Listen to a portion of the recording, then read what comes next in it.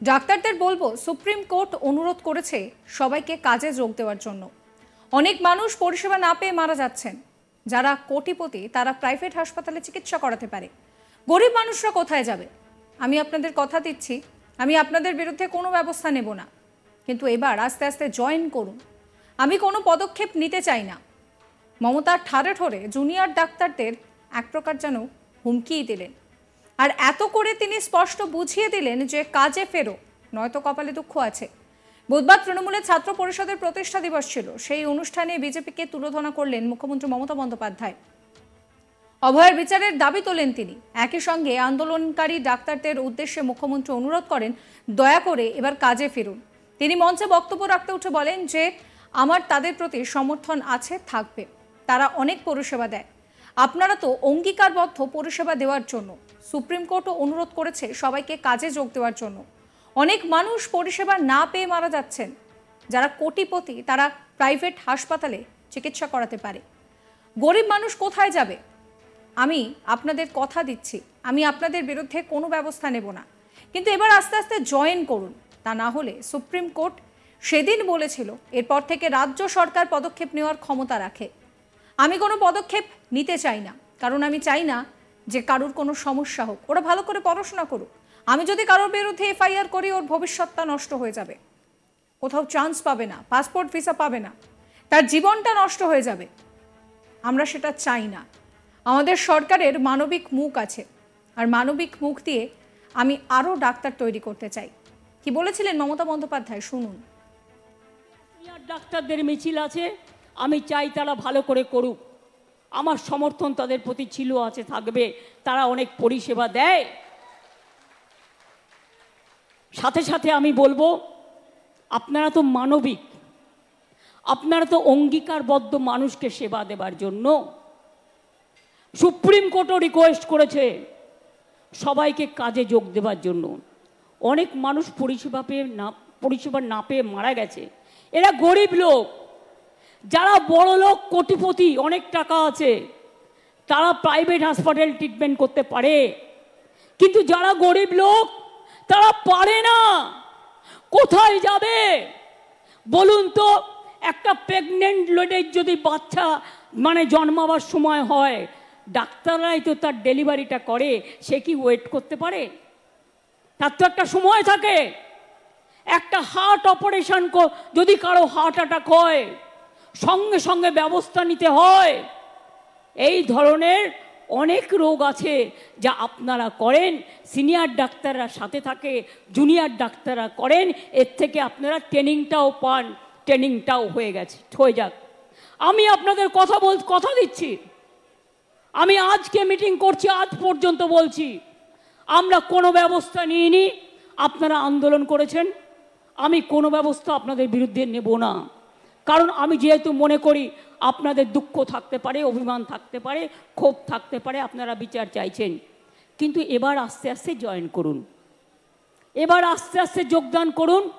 তা নাহলে supreme court কিন্তু সেদিন বলেছিলেন, এরপর থেকে স্টেট গভর্নমেন্টকে পাওয়ার দেওয়া হলো টু টেক অ্যাকশান।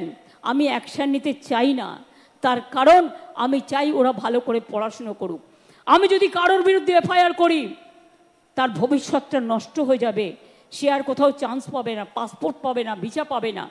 আমি যদি কারোর বিরুদ্ধে লিগালি অ্যাকশান নিই, সে বিচার পাবে না, সে মনে রাখবেন তার জীবনটা পুরো নষ্ট হয়ে যাবে। আমরা সেটা চাই না।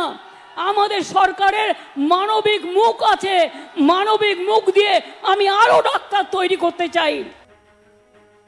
একই সঙ্গে মমতা বন্দ্যোপাধ্যায় বলেন যে আমাকে অনেক গালিগালাজ করেছেন, অসম্মান করেছেন, কিন্তু এদের বিরুদ্ধে বদলা নিইনি। বদলা নয়, বদলের কথা বলছি। কিন্তু আজ বলছি, এবার যা করার দরকার ভালো বুঝে করবেন। আমি অশান্তি চাই না, কিন্তু আপনাকে যারা রোজ কামড়াচ্ছে তাদের কামড়াতে বলছি না, ফোর্স তো করতে পারেন। আগামী দিন আপনাদের কাজ হলো চক্রান্তকারীদের বিরুদ্ধে ফোর্স করতে শেখা। সহ্যের সীমা ছাড়ালে আমি কি করতে পারি জানেন না। আমার জন্ম হয়েছে আন্দোলনের মধ্যে দিয়ে। শুনুন মমতা বন্দ্যোপাধ্যায়ের কথা। আমাকে অনেক গালাগালি দিয়েছেন, অনেক অসম্মান করেছেন, আমি অনেক ভেবেছি, কিন্তু আমি ভেবে দেখলাম যে এদের বিরুদ্ধে আমি কোনোদিনও বদলা নিইনি। আমরা বলেছিলাম বদল চাই, বদলা নয়। আজ বলছি ও কথা নয়, আজ বলছি যেটা করার দরকার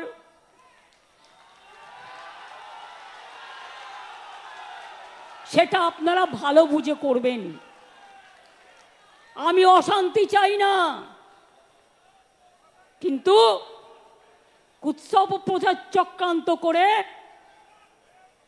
যে আপনাকে রোজ কামড়াচ্ছে, আপনি তাকে কামড়াবেন না, কিন্তু ফস্ত করতে পারেন। রামকৃষ্ণ পরমহংসদেব বলেছিলেন, একটা গোখরে সাপ তার কাছে গিয়ে বলেছিল, ঠাকুর তুমি তো আমাকে কামড়াতে বারণ করেছো, আমি কাউকে কামড়াই না, কিন্তু আমাকে অনেকে ইট মারে, আমার রক্ত পড়ে, আমার খুব কষ্ট হয়। ঠাকুর বললেন, শোনো, তোমাকে আমি কামড়াতে বারণ করেছি, তোমাকে আমি ফোঁস করতে বারণ করিনি। আগামী দিন আপনাদের কাজ হচ্ছে চক্রান্তকারীদের মুখোশ খুলে দিয়ে ফোঁস করতে শিখুন, ফোঁস করতে শিখুন, ফাঁস করে দিন। আর ওদের বলে দেবেন, বাংলায় দাঙ্গা হয় না, বাংলায় সাম্প্রদায়িকতার রাজনীতি হয় না, বাংলায় আমরা সবাই একসাথে লড়ব। আর বাইরের থেকে যারা এখানে এসে থেকেছেন আছেন, বাংলাকে নিজেদের মতো করে মনে রাখবেন। বিজেপির সাথে মিলিয়ে গিয়ে পুলিশকে পেটালে আপনাকেও কিন্তু কেউ গায়ে হাত দিতে পারে, সেটা যেন না হয়। আমি কাউকে গায়ে হাত দিতে বলবো না, আমি কোনো মৃত্যু চাই না, আমি কোনো দুঃখ চাই না। আপনাদেরও মনে রাখতে হবে, বাংলায় থাকতে গেলে বাংলাকে ভালোবেসে থাকতে হবে।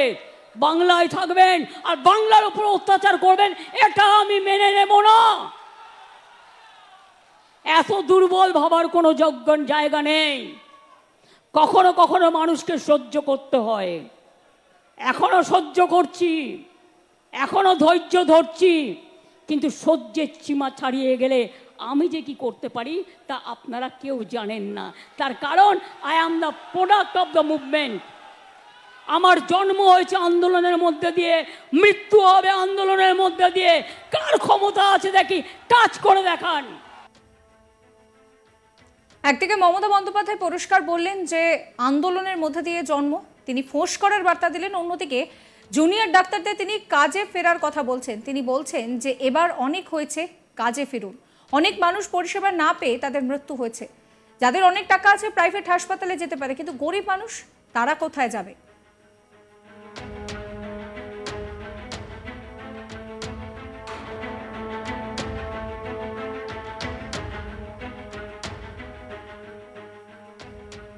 সাবস্ক্রাইব করবেন আজ তাক বাংলার ইউটিউব চ্যানেলকে, ফলো করবেন হোয়াটসঅ্যাপ চ্যানেলও।